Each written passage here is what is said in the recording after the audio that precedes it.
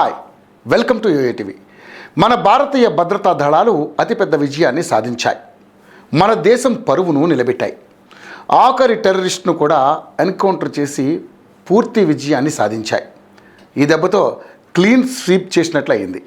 ఇక అసలు విషయానికి వస్తే, కాశ్మీర్లో ఉన్న పెహల్గాంలో ఉగ్రవాద దేశమైన పాకిస్తాన్ హిందువుల్ని టార్గెట్గా అమాయకులందరినీ కూడా పొట్టన పెట్టుకున్న సంగతి మనందరికీ తెలిసిందే.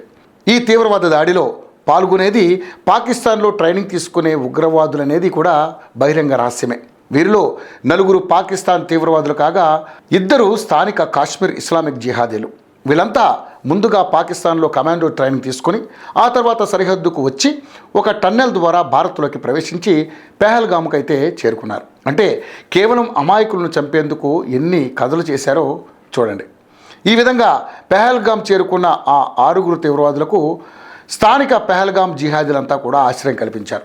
దీంతో వారం రోజులు అక్కడే ఉన్న తీవ్రవాదులు రెక్కి నిర్వహించి పక్కా ప్లాన్ ప్రకారం పెహల్గాం తీవ్రవాద దాడికి పాల్పడ్డారు.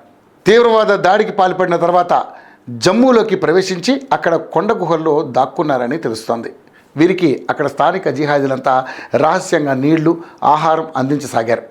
ఆ విధంగా ఒకచోటే ఉండకుండా నివాస స్థలాలను మార్చుకుంటూ తప్పించుకుని తిరుగుతున్నారు. 3 నెలలు గడిచిన 6 2 టీములుగా విడిపోయి ఏ టన్నెల్ ద్వారా అయితే భారత్లోకి వచ్చారో అదే టన్నెల్ దగ్గరికి చేరుకునే ప్రయత్నం చేశారు. అయితే ఈ రహస్య టన్నెల్ని గుర్తించిన ఇండియన్ ఆర్మీ అక్కడే మాటు వేసుకుని కూర్చున్నారు.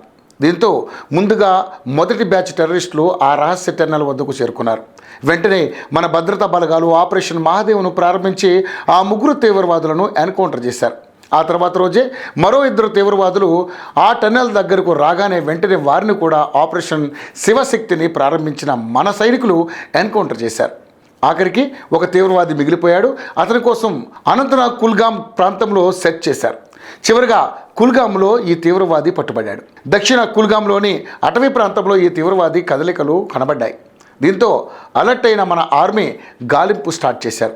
అప్పుడు ఆ తీవ్రవాది జనావాసాల్లోకి వెళితే తాను ప్రాణాలతో బయటపడతానని అనుకున్నాడు. కానీ మన ఆర్మీ వాడిని సినిమా స్టైల్లో అందరూ చూస్తుండగానే కాల్చిపడేశారు.